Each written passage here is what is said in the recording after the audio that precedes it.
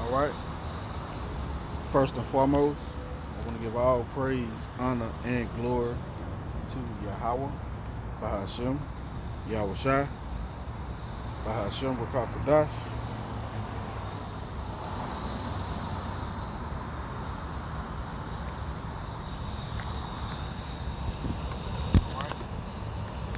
First and foremost, give all praise, honor, and glory to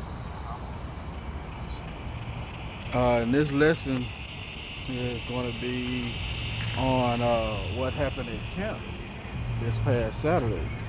So we had a couple of guys come up, man, a couple of scoffers, man, and this one guy came up very, very, very proud, man, and he asked us a question, and we tried to break it down to him, and he would bring up another scripture. He was just coming in the spirit of fire. He was like, man, why are y'all talking to me so rough? Why are y'all talking to me so rough? I'm coming in the spirit of love. Now, he don't know what the first thing about love is. But he said, I'm coming to y'all the spirit of love, right? So we try to let him know, man, Yahweh Shai and the disciples and the apostles and the disciples and the prophets were rough, man. They weren't playing, man. He didn't realize Yahweh Shai made a braided whip and whipped folks their ass up out of the synagogue, right? So I'm going to start off. If I didn't say it, let me go ahead and say it. First and foremost, I want to give all praise, honor, and glory to Yahweh, Bahashem, Yahushua, Bahashem, Rakakadash. Double honors to the elders of the Apostle of Great Millstone. Much respect to the brothers laboring in this truth worldwide to wake up the elect of the children of Israel. Right? So, I'm not going to make this too long. Let's get right into the scriptures. Because Yahweh Shai, he ain't play no game. So why do you think his men that sit out on the highways and byways gonna play in the games with you, right? So this is Matthew chapter 11 and verse 17. The Son of Man came eating and drinking, and they say, behold, a man gluttonous and a winebibber, a friend of publicans and sinners, but wisdom is justified of her children. Then began he to upbraid the cities wherein most of his mighty works were done, because they repented not. So what does that word upbraid mean? Let's get it in the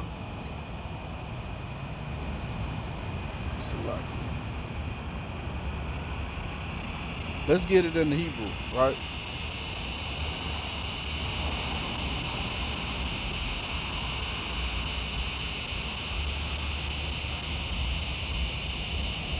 Hold on.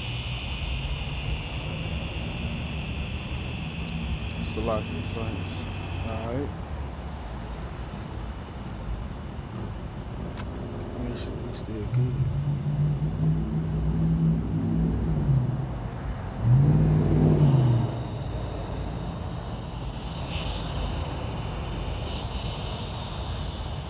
Alright. This thing. Come on. There we go. Alright, this word in the Hebrew for upbraider or upbraid is Strong's G 3679.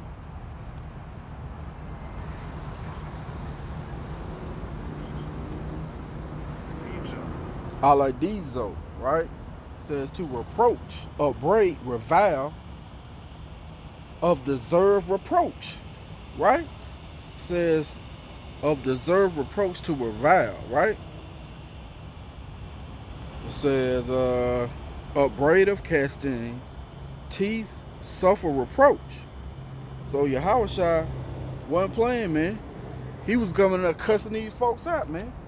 So that dude, man, he don't know who Yahushua is. He don't know who the Most High is. Because the Most High coming back doing a lot of killing, man. Like the prophet Nehemiah. Let me see if I can get that. He even, you know what I'm saying, let them know.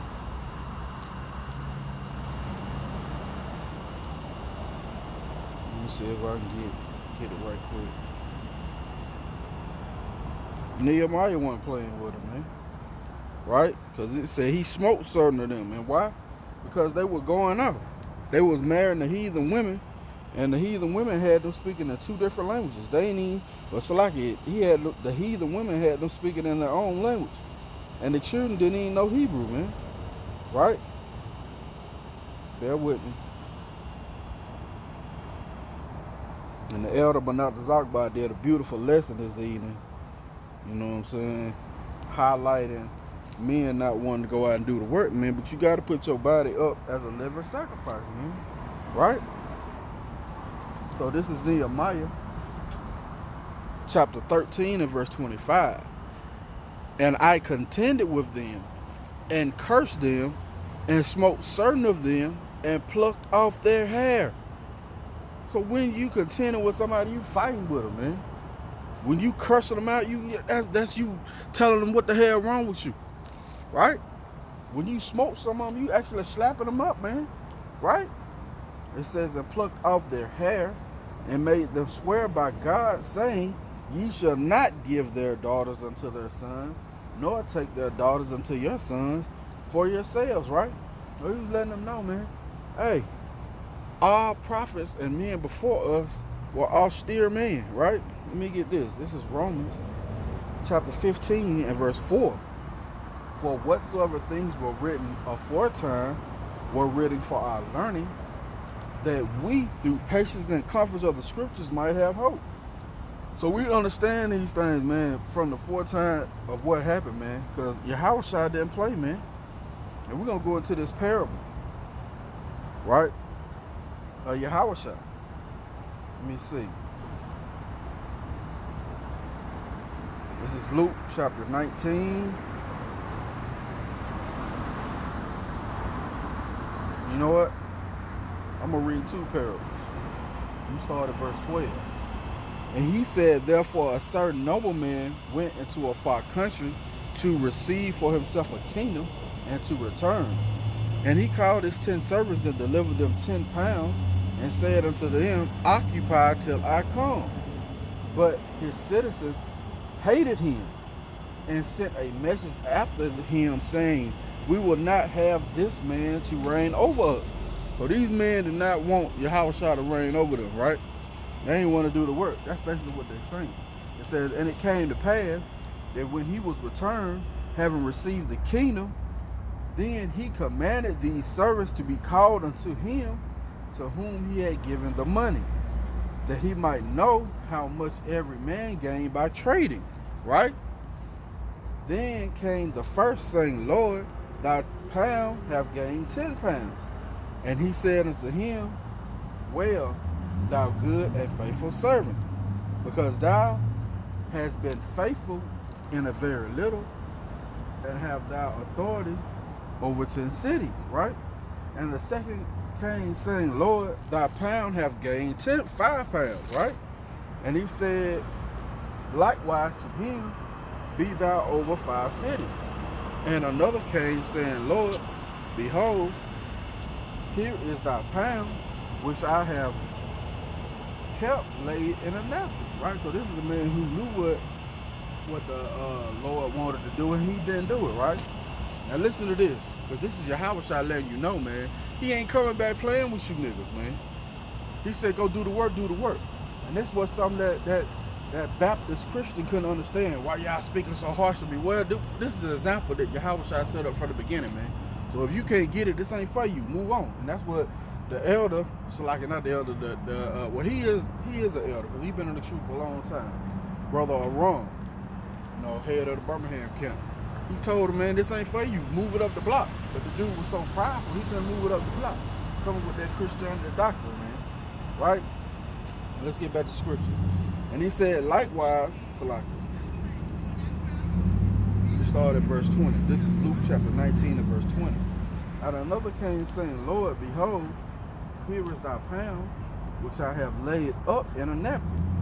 For I feared thee, because thou art an austere man.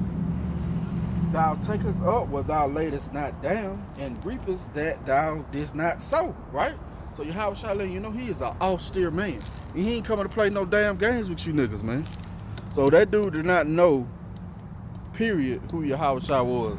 He ain't know that Yahweh Shai is not playing no games, man. And that's the same spirit we coming in, right? The exact same spirit we coming in. We ain't coming to play no games with you niggas. If you can't get it after the first and second admonition, we're going to reject your ass. Matter of fact. Let's see if I can get that. 2 Timothy.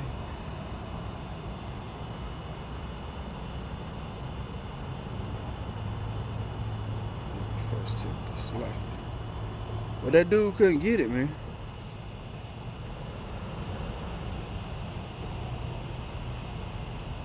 Salakia. Let me get back to the lesson what I had prepared. But after the second and third admonition, if they can't get it, you supposed to treat them as a heathen, man. Right? So Yahweh Shai is letting you know, man, he ain't nothing to play with. And that's the example we supposed to follow, right? And let me see if I can get this.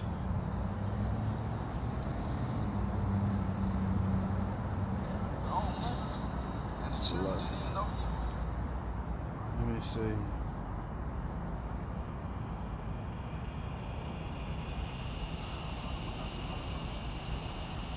It's getting late. I wanted to hit this live a little earlier.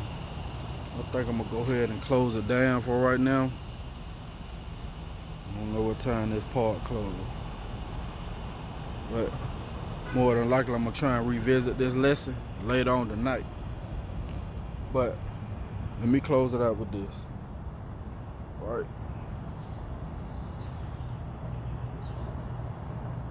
This is more characteristics of Yahweh Shai, right?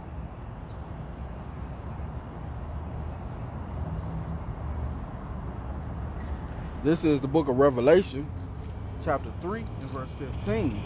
I know thy works, that thou art neither cold nor hot.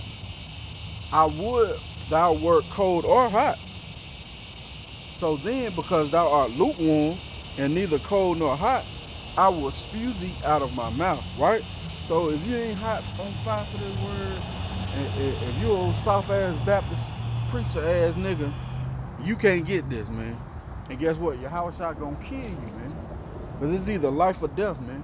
You either choose life or you choose death. With that, I'm going to give all praise, honor, and glory to the Most High Yahweh, Bahashem, Yahweh Shai, Bahashem, Rakakadash. Double honors to the elders and apostles of Great Millstone. Much respect to the brothers laboring in this truth worldwide to wake up the elect of the children of Israel. Till the next time I say, Shalom.